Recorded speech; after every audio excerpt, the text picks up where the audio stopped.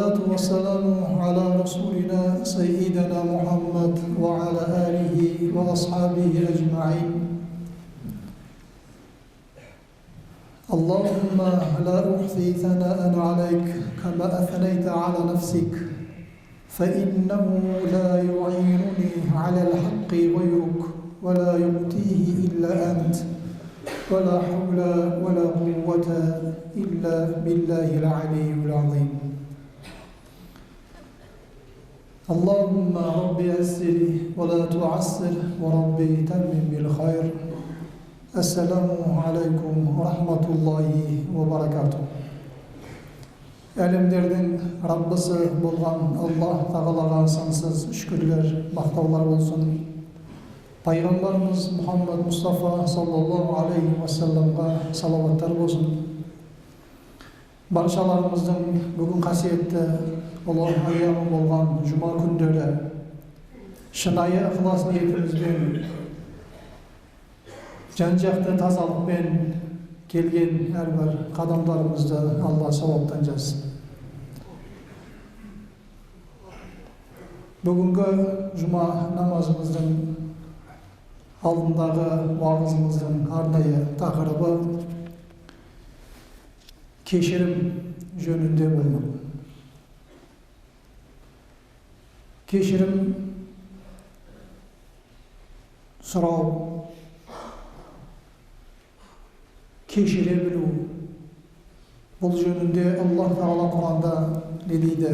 Және Пайғамбарымыз саллаллаху алейхи уассалам хадисінде не дейді? Өмір тіршілігіміздегі осы әрбір байланысымыздың барлығы кешірімнен тұрады. Біз кей кезде астарлық сөйлеп қаламыз, қисық амал істеп қаламыз, байқамай қаламыз. Міне осындай нәрселерде адамның көңіліне келетін нәрселерді айтып қаламыз.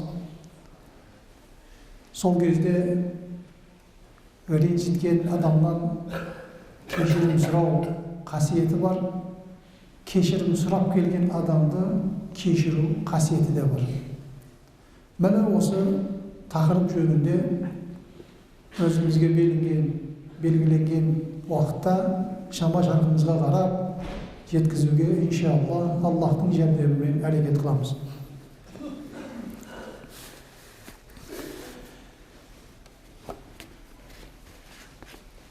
Жақсылыққа әр уақытта жақсылық жасау бұл әрбір адамның ісі. Кез келген адам бір адамнан жақсылық көрсе, осыдан бір жақсылық көріп едім деп, соның алған сый-сияпатына қарап, сол жақсылығын қайтарады. Бұл әр адамның ісі. Ал енді жамандыққа жақсылықпен қайтару бұл ер адамның ісі. Бұл мақтаның ісі. Бұл ұлы адамның ісі. Өйткені Пайғамбарымыз Мұхаммад саллаллаху алейхи уассаламға осы кешірімшіл бол, кешірімді ұста деген аяттар түсу арқылы осы аяттармен әр уақытта Пайғамбарымыз саллаллаху алейхи уассаламды тәрбиелеп отырған. Өйткені Пайғамбарымыз саллаллаху алейхи уассалам не деді? Әддәбәни Рабби, мені Раббымның өзі тәрбиеледі деді. Пайғамбарымыз саллаллаху алейхи уассаламның мінез құлқы, ахлағы Құранда бар. Яғни Құранда осы кешірім деген сөз, афу ва ғафур деген сөздер Құранда 224 жерінде келеді, кездеседі. Енді кешірім деген сөздің ауқымы өте кең. Мұнан жалпы біздің дініміздің өзі үш нәрсені негізге алып, үш тұғырдың үстінде тұратынын білеміз. Бірінші,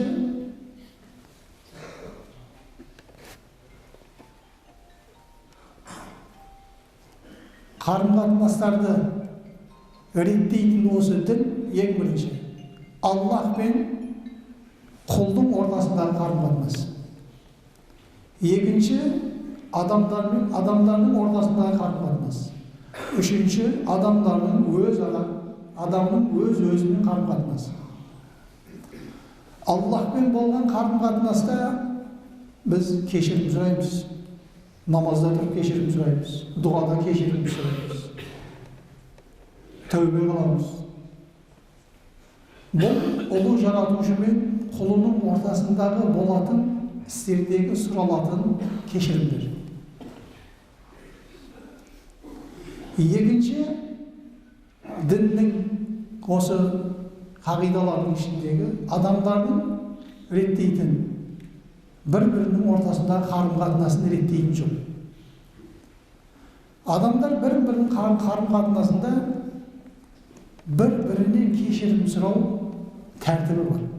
Бұл шынайы имандылық, тақуа мұсылмандықтың шарттары белгісі. Кешірмеген адам кешірілмейді дейді.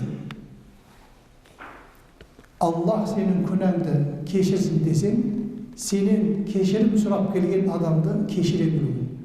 Кешірім сұрау оңай, бірақ біреуді кешіру өте ауыр дейді. Кешірімшіл болу. Бұл біздің өмір тіршілігіміздегі қоғамда бір-біріміздің ортамыздағы қарым-қатынастағы болатын, жаңыл басатын, сөзден болатын, амалмен болатын, оймен болатын істер, амалдар. Пайғамбарымыз саллаллаху алейхи ва саллям айтады: кешірім сұрайтын істі аз істеңдер дейді. Кешірім сұрайтын істі аз істеңдер. Кешірім сұрау арқылы Аллах мойындарындағы, бастарындағы көтеріп жүрген таудай күнәләрді кешіреді дейді. Егер сол кешірімдерін көбейіп кететін болса, мойныңыздағы, желкеңіздегі мойныңыздағы күнәнің үстіне тағы да таудай болып күнәні үйіп береді дейді. Кешірім сұраудың да өзінің шектеуін айтқан. Кешірім бауырмалдыққа, достыққа, ынтымаққа, бірлікке, жылы жүздікке, жақсы қарым-қатынастықты реттейді. Кешірім деген сөз. Бұл адамдардың ортасындағы бір-бірінен болатын кешірім. Үшінші, адамның өз-өзімен байланысындағы өзінің жеке қалғандағы ісінен өзі пішаймен жеп, өзін кешіру, өзінің істеген ісіне өкіну.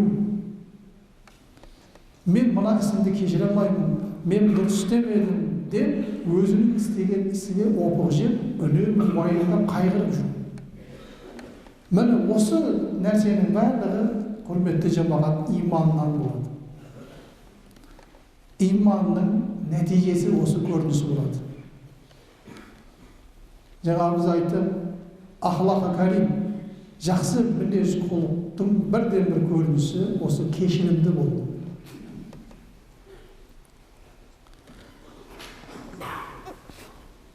Бірде бір жас жігіт үлкен жоғары оқу орнын, үлкен медреселерді оқуды бітіріп, ауылына оралып келе жатса, алдына бір үлкен қария шығады. Ассаламу алейкум, ва алейкум салам. Балам, қайдан келесің? Десе, мен осындай бір медреседе бүкіл діни ғылымды, діни білімді үйреніп, 20 жыл білім алып келе жатырмын дейді. Сонда балам, не оқыдың дейді? Оқыған пәнінің бәрін атап шығады. Сөйтсе, әлгі қария кісі балаға тұрып айтады: балам дейді, тағы 2 жыл оқуым қалған екен дейді.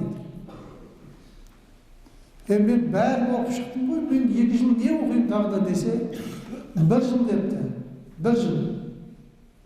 Ешкімді ренжітпейтін ілімді оқы депті. 2-ші жыл ешкімге ренжімейтін ілімді оқы депті. Сонда сен ғалымдық дәрежеге жетесің.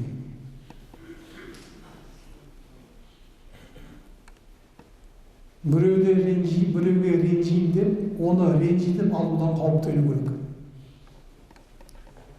Бірінші достарымыздың ортасында болуы мүмкін бұл оқиғалар. Бұл оқиғалар ерлі-зайыптылардың ортасында болуы мүмкін. Бұл оқиғалар әке-шешесі мен балалардың ортасында болуы мүмкін. Міне бұл өмірде адамдар мен адамдардың қарым-қатынасында 99% жүзеге асып отыратын бір мұсылманның бойындағы қасиет үнемі кешірім сұраудан тұрады екен. Кім бірінші кешірім сұраса, сол мықты адам дейді. Ең мықты адам бірінші кешірім сұраған адам. Неге? Ода тәкаппарлық жоқ. Неге мен одан кешірім сұрауым керекпін? Неге өзі бірінші келіп сұрамайды деген, ол сол кісіден өзін жоғары санау жоқ. Яғни бірінші кешірім сұрамау, айыпты болса да кешірім сұрамаудың өзі адамды тәкаппарлығын оятатын іс-амалдар. Сондықтан бір нәрсе, бір үкімдер. Адамның бойындағы осындай қасиеттердің барлығы кешірімділік, мейірімділік, тақуалық, имандылық, сабырлылық, барлық нәрсе бір-бірімен байланысып жатқан дүние.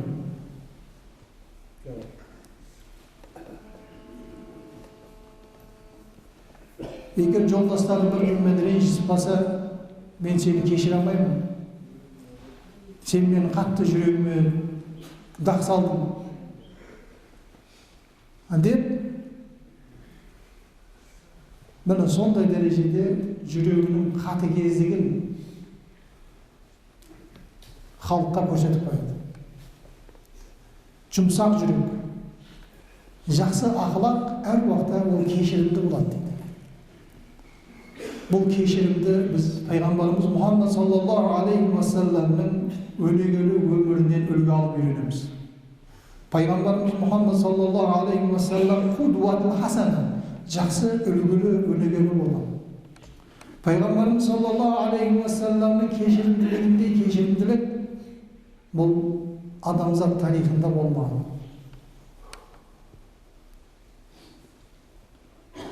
Пайғамбарымыз саллаллаху алейхи ва салламға намаз оқып тұрған жерінен түйенің ішек қарын басына басып қоймады ма? Үйінен мешітке кетіп бара жатқан уақытта үстінен күл қоқыс тастамады ма? Оны сиқырламады ма? Таиф қаласына барғанда тас боран қылып қанға боямады ма? Осы нәрсенің барлығына пайғамбарымыз саллаллаху алейхи ва саллам қандай жауап айтады? Ей Раббым, бұлардың жүрегін ашқын, бұлар білмей істеп жатыр ғой. Бұларды өзің тура жолға салғын. Егер ақиқатты білгенде бұндай адамға жағымсыз нәрселерді істемеген болар еді деп, олардың хаққына өте жақсы дуа қылады. Бұл ұлы кешірім сипаты емес пе? Ең ұлы дәрежедегі кешірім сипаты.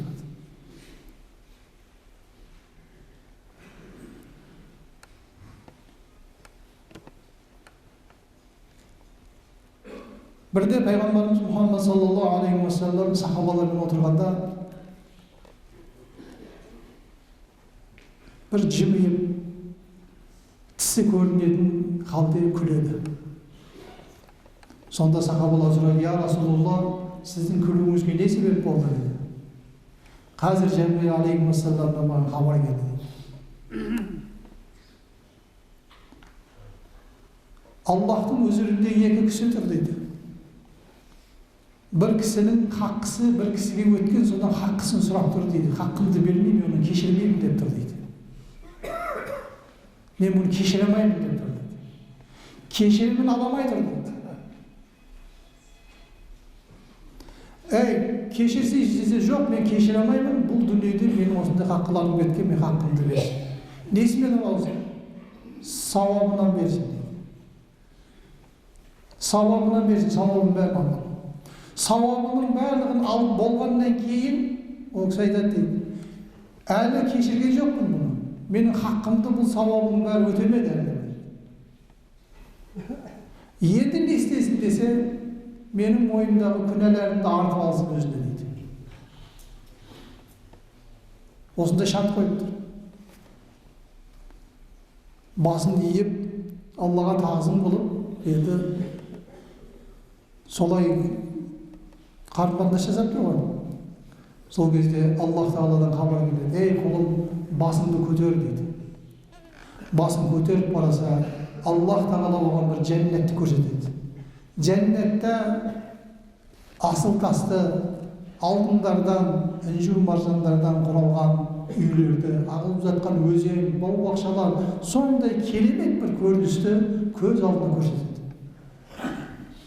Я Аллахым, мұна қай пайғамбардікі, мұна қай шахидтікі, қай ізгі амал істеген адамдардың мекен жайы мұна деп Аллахтан сұрайды.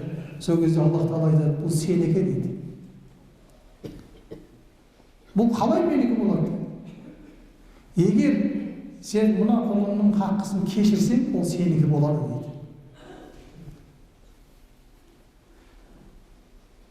Егер мен осының барлығын кешіріп жіберсем, мына осындай сыйлыққа ие, осындай сыйлыққа ие боласың. Я Раббым, дүниеде өткен кемшілігі, дүниеде өткен қарыздары, барлық нәрсенің барлығын осы жолдасымдан мен кештім бәрін. Кешірдім бұны.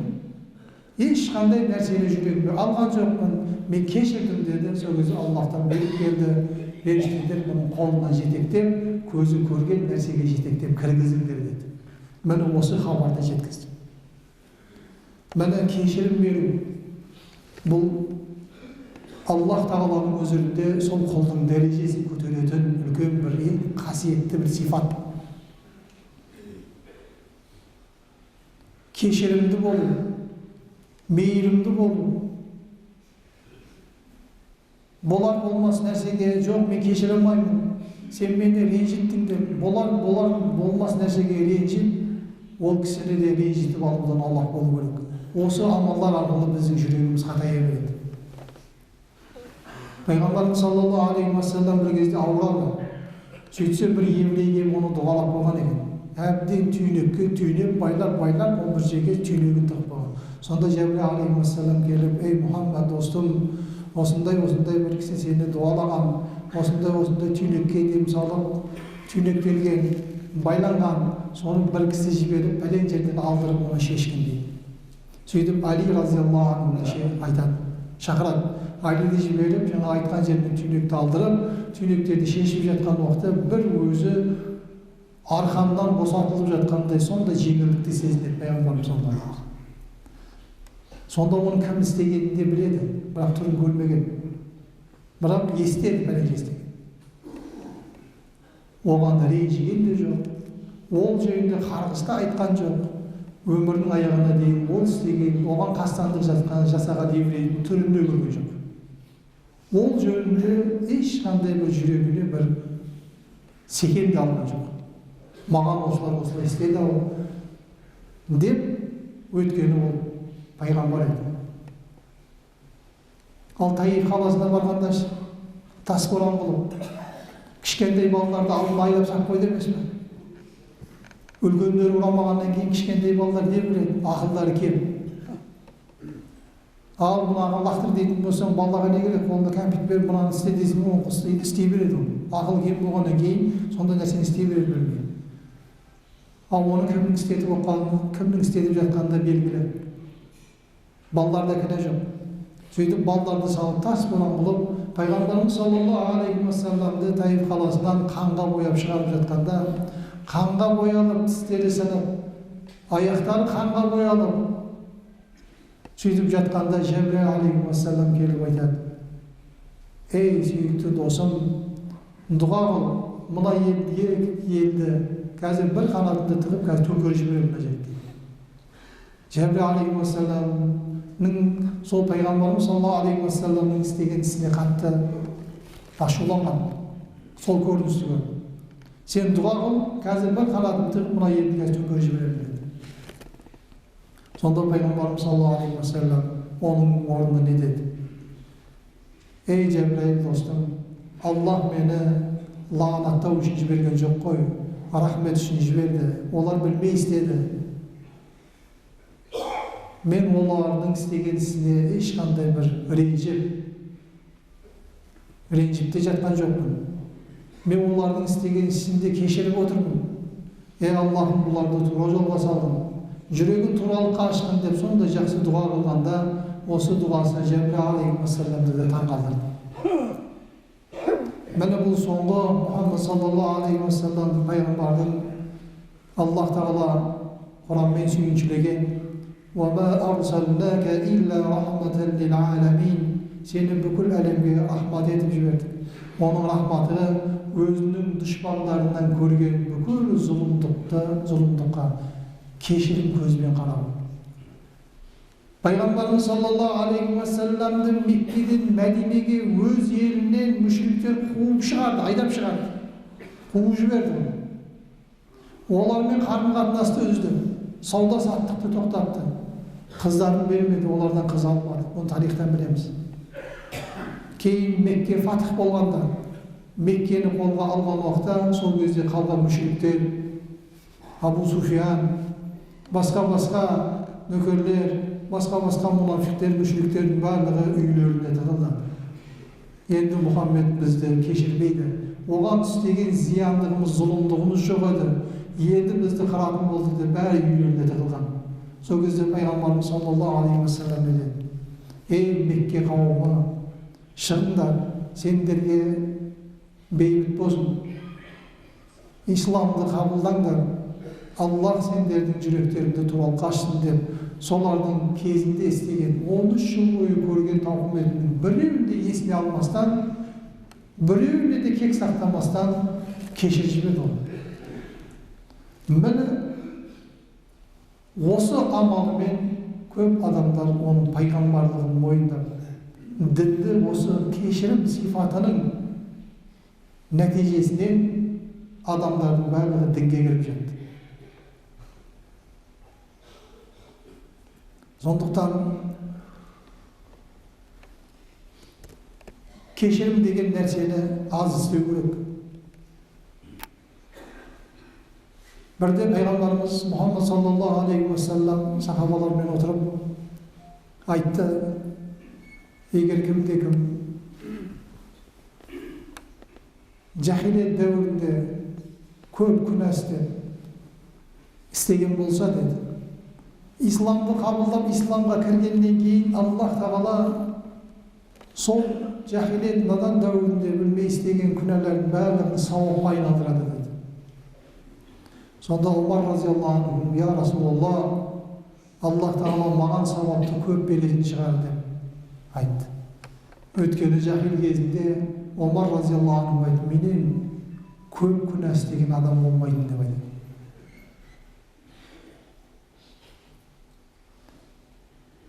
Кешіріңдер, сонда кешірілесіңдер дейді.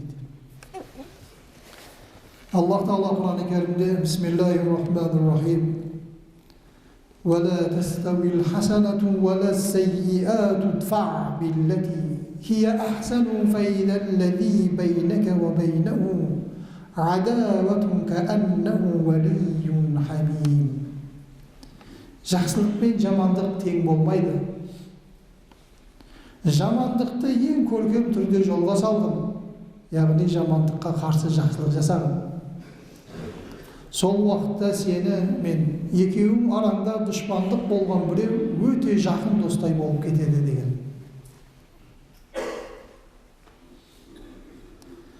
Бірде Әбу Бәкір разиаллаху анху өзінің бір жақынына әр уақытта бір жәрдем беріп, нафақа беріп, садақа беріп тұрады екен, жәрдемдесіп тұрады екен. Әбу Бәкір разиаллаху анху көп уақыттан бері ол адам сол Әбу Бәкір разиаллаху анху берген садақасымен өзі күнкөріс жасап, сондай бір рахатына батып жүреді.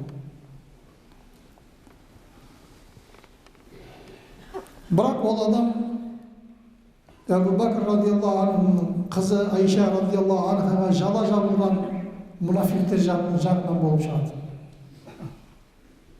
Айша анамызға жала жапқан мұнафиқтердің бірі болып шығады. Пайғамбарымыз саллаллаху алейхи ва салламның әйелі Әбу Бәкір Сиддиқ радиаллаху анхудың қызы болған осы Айша анамызға жала жапқан адамдардан болып шықты. Өзі соған садақа беріп, күнкөрісіне жәрдем беріп жүрген кісі сондай адам болып шықты. Ол адамның исламдағы хаққысын, туысқандық хаққысын, өзіне жақсылық істеп жүрген адамның хаққысын ұмытып жіберген біліп, сонда Әбу Бәкір разиаллаху анху қатты ашуланады. Мына қылығы несі деп қатты ашуланып, енді Аллахтың атымен ант етіп айтамын, ол адамға енді ешқашан көмектеспеймін, нафақа да бермеймін дейді. Ренжиді ғой. Бұған бір адам сияқты көмектесіп жүрсе, мұнан істеп жатқан қылығын қара деп қатты ренжиді. Сол сәтте Аллах Тағала мына Нұр сүресінің 22-ші аятын түсіреді. Бисмиллахир-рахманир-рахим.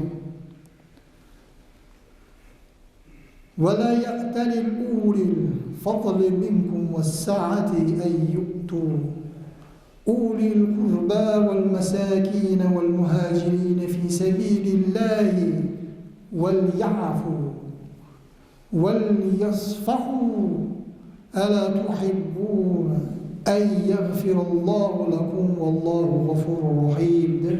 Осы Нұр сүресінің 22-ші аяты нәзіл болады. Пайғамбарымыз саллаллаху алейхи ва саллям. Бұның мағынасы осы оқиғадан кейін Аллах Тағала осы аятпен хабар берді. Сендерден кеңшілік, молшылыққа ие болғандар жақындарына, міскіндерге, мұхажирлерге Аллах жолында бермеуге ант етпесін. Аллахтың өзі ескертіп отыр. Сендер біреуге жәрдем беріп жатсаңдар, енді оған жәрдем бермеспін де жамандығын көріп, оған ренжіп, енді менің атымды атып ант етпесін дейді. Оны афу етіп кешірсін дейді. Оны афу етіп, жүрек жұмсақтығымен оны кешірсін. Алланың сені жарылқауын жақсы көрмейсіңдер ме? Аллах сендердің күнәларыңды, кешірулеріңді жақсы көрмейсіңдер ме? Әлбетте Алла біздің күнәларымызды кешіргенді жақсы көреміз. Сол сияқты сендер де оларды кешіріңдер. Аллах аса жарылқаушы, аса мейірімді деген аят түсті. Сонда Әбу Бәкір разиаллаху анху өзінің қызын, Пайғамбарымыз Мұхаммад саллаллаху алейхи ва салламның әйелін, мұмындардың анасын зина жасады деген адамды кешіріп, әрине мен де Аллах Тағала күнәларымды кешіргенді қалаймын деп әлгі адамға нафақа беруді арғылап жалғастыра берді. Бұл ұлы кешірім деген. Міне құрметті бауырлар, кешірімділік сипатымен сипатталған адамға қандай сый дайындап қойған айтатын болса, бұның әр уақытта дәрежесі өте жоғары. Күнәларымыздың кешірілуі. Термизи мен Ибн Мәжадан жеткен хадисте Пайғамбарымыз саллаллаху алейхи ва саллям егер адамның денесіне зұлымдықпен болған қандай да бір зиян жеткенде оны кешіріп жіберетін болса, егер сізге біреу денеге зияндық тиіп, содан зұлымдық көрсеңіз, сіз оны кешіріп жіберетін болсаңыз, Аллах ол адамның дәрежесін көтеріп, күнәсін кешіреді дейді. Әрине, бұны тек қана иманды, тақуа адам ғана істей алады. Егер бір адамды ренжітіп, мына жаққа келіп намазға келіп, Аллах мен пәленше деген кісіні ренжітіп қойып едім, мені кешір дейтін болса, Аллах кешіріп жіберсе не болады? Зұлымдық көрген адамға екінші мәрте зұлымдық еткен болар еді. Олай емес.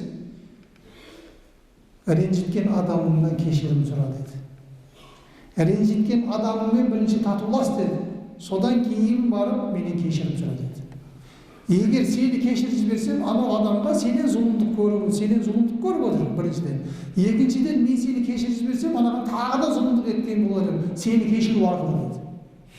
Sen anау ренжіткен кісіден кешірім сұра, одан кейін барып менен кешірім сұра. Ол кешірсе мен кешірдім, ол кешірмесе мен әлі кешіре алмаймын. Сондықтан адамға деген кешірімі дұрыс болмағанның Аллаға деген кешірімі ешқандай түзелмейді. Сондықтан біз өзіміздің ортадағы қарым-қатынастағы тілден болған, амалдан болған, іспен болған кешірімдерді амалын дәрежесін көтеріп, оны көбірек іске асыруымыз керек, құрметті ағайын. Барраз және Табаридан жеткен тағы да бір хадисте пайғамбарымыз саллаллаху алейхи уассалам айтады: сендерге Аллах тағала дәрежені көтеретін амалды айтайын ба дейді. Сендердің дәрежелеріңді көтеретін бір істі айтайын ба дейді пайғамбарымыз. Сонда пайғамбарымыз саллаллаху алейхи уассаламға сахабалар: әрине дейді. Сонда Аллах елшісі: саған жауластық қылғандарға сабыр етуің керек дейді. Саған біреу дұшпан болса, дұшпандық жасаса, сен оған сабырлық жаса дейді. Екінші, зұлымдық қылғандарды сен кешір дейді. Бермегенге беруің дейді. Сенімен қарым-қатынасты үзген адаммен байланыс орнатуың деген. Осы іс амалдар болса, Аллах тағала оның дәрежесін көтереді. Бұл дүниеде де, ақиретте де. Күнәсін кешіріп, жәннаттағы дәрежесін көтереді. Сондықтан Аллах біздің күнәларымызды мағфират етсін десе, бізге кешірім сұрап келген адамды кешіре білу керек. Сондықтан кешірімді сұрау да бұл ерлік. Ол адамның тәкаппарлығын басады, мейірімін ұлғайтады, жүрегін жұмсартады. Сондықтан әр уақытта бірінші кешірім сұрағандардан болайық. Сондықтан әр уақытта баршаларымызға кешірім сұрайтын іс амалдарды азырақ істеуге әрекет қылайық. Ол болады, өмірдің тіршілігі сонымен байланысып тұр. Кез келген қарым-қатынаста, Аллахпен деген қарым-қатынасымызда болсын, өз-өзімізбен қарым-қатынасымызда болсын, бұл кешірім сұрау ісі үнемі жүзеге асып тұрады. Осы нәрселерді аз істеуге әрекет қылайық, құрметті ағайын. Сондықтан бір ақындардың өлеңінде айтады: ал абайлап сөйлесең аузыңа, дұшпанның бірі тілдеген, өзіңе жеңіл болғанмен өзгеге ауыр зілдеген дейді. Өзіне ауыр зіл болып оны ренжітіп алып жүрмеген. Екінші, біз еш уақытта ешқашан біреуге ренжімейік. Егер біреуге ренжісеңіз, оны ренжітіп аласыз. Егер маған ешкім ренжімесін десеңіз, сіз де ешкімге ренжімеңіз.